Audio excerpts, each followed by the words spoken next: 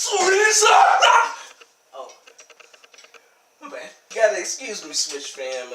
Your boy be getting a little crazy when hack and slash games come on. What's going on, Switch fam? It's your boy QKG, and today we're getting started with the Darksiders Warmaster Edition review on the Nintendo Switch. I'm not gonna lie to y'all, I'm a huge Darksiders fan, dog. If anything got hack and slash in it, anything hack and slash is going down. I'm a huge Darksiders fan. I really love the second one. I really didn't play too much of the third one, but the second one really pulled me in, man. I really love that one. Hopefully that one gets ported over as well.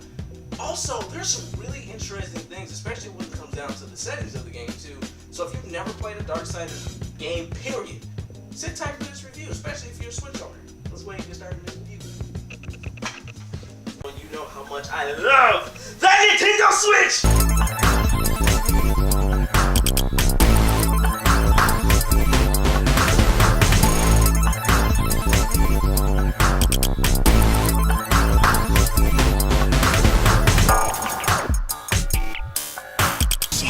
Lives. I want to hear her scream.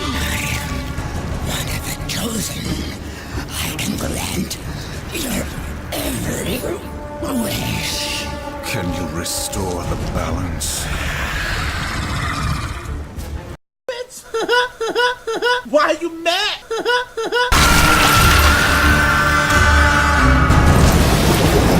So when it comes down to Darksiders Warmaster Edition, hitting the Nintendo Switch, you're going to play as one of the four horsemen, which is actually going to be War, and the other three are Death, Fury, and Strife, which we have games on Death, which is Darksiders 2, which that game just tickles my fancy. And then we have also Fury, which was the Darksiders 3 game, which I kind of didn't even really play too much. I got a feel for it here and there, but I got to make some time to actually get down with that one too. But Strife will most likely end up being Darksiders 4, which I definitely can't wait to see what they do with that character.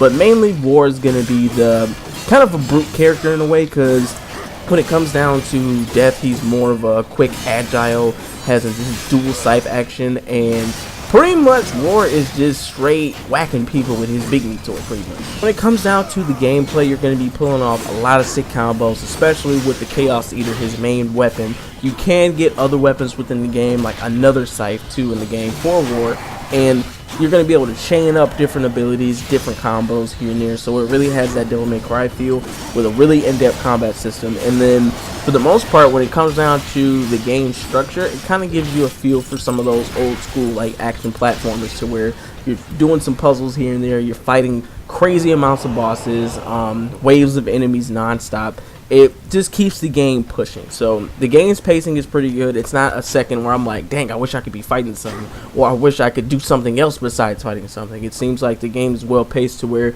you'll be doing a pretty decent puzzle, and then you're going to be fighting a ton of enemies, and you got a mini boss, and you got a boss, puzzles. Everything is pretty much paced perfectly. When it comes down to Darksiders as a whole, I definitely have a special place for the second game, but when it comes down to the first game, it's going to be a little bit more bare bones than the second game. So you will start off with just the Chaos Eater, and then you'll end up getting a couple different weapons here and there, getting some upgrades, but he has a really deep, in-depth upgrade system when it comes down to the different combos he can do, and just different nasty abilities that he's going to end up getting later on within the game. So the game will definitely keep you playing. Trust me, it's definitely enough to keep the pace of the game going to where you won't get bored with the combat system. But if you guys are really looking into getting into this series, the second game, hopefully if they port it over to the Switch, I've been pushing that this whole review, but it's just so much. It's just building upon what was already a good formula. So hopefully the future of Darksiders will be pretty bright on Nintendo Switch. But this is a very good start to bring and introduce new players, because there have been a lot of people who have no idea what this series is. So it would be a good way to introduce newer players and to see exactly what you can get out of the Darksiders series, instead of jumping straight in 3 and having no idea what's going on with the other 3 horsemen. Now, what's interesting about this game is that you can actually play it in 2 different ways. You can actually play in the high quality mode or high performance mode, which I kind of know what everybody's going to pick. High quality mode is going to be a locked 30 FPS all across the board, so where your visuals are going to be toned up, and it's just going to look cleaner. But when it comes down to high performance mode, you're going to have a locked 60 FPS, and it is going to be kind of similar to the Xbox 360 and PS3 counterparts, to where it's not really a remaster, but it's more of a port of the game. And I'm not even going to lie to you, I'm stuck in high performance mode. The fact that this thing is achieving 60 FPS, which I understand the architecture of the Xbox 360, which the Switch definitely succeeds, no problem. So knowing that, I was like, this game should have no problem running on the Switch. But I do like that they gave us the option, because me coming from PC for the last 4 to 5 years, I always check the video settings when any game I play, regardless if it's on the Switch, if it's on any other console, if it's on the PC, anything of that nature, I always check it. And I didn't even notice it. I didn't even know that because I didn't watch any reviews, anything of that nature, and I found that out. And I was like, oh, you can actually play this 30 FPS or 60, which I already know people's gonna pick. So for the most part, I think that's a perfect touch. I do think more ports that are similar to this timeline where they're around the 360 and PS3 days should have these options, just because I'm pretty sure the Switch can handle it. Now that's just stating those games. That's not stating any other games that were on the 360 that were locked 30 FPS, which it would be kind of a stretch to get it to run at 60, but who knows.